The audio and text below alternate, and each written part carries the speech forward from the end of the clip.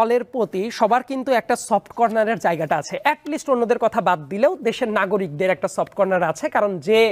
গণ অভ্যুত্থানের পরবর্তী টাইমে যেভাবে এসেছে সেই জায়গাটাতে যেমন লোকাল গভর্নমেন্টের ইলেকশনের দাবিটা অনেক সিরিয়াসলি তোলা হচ্ছিল, কিন্তু আপাত দৃষ্টিতে এই কয়েকদিনের প্রেক্ষাপটে একটা ব্যাপার খুবই সুস্পষ্ট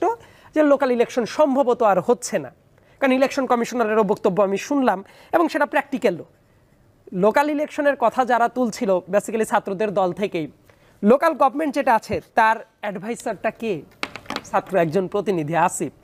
সো সে নিজে ওই লোকাল গভর্নমেন্ট যেটা তার হলো মন্ত্রী, এলজিআরডি মিনিস্টার, এবং একই সাথে লোকাল গভর্নমেন্ট ইলেকশন যদি চায় এটা তো কনফ্লিক্ট অফ ইন্টারেস্ট। আর একটা গুরুত্বপূর্ণ কথা হলো এই সরকারের কিন্তু নীতিমালাটা এইরকম হতে পারতো যে এই যে সামনে থেকে নাহিদ যখন চলে আসছে, আমি বললাম একজনও না চলে আসা পর্যন্ত, রাজনৈতিক দল না গঠন করা পর্যন্ত প্রেক্ষাপট ছিল একরকম, কিন্তু 28 ফেব্রুয়ারি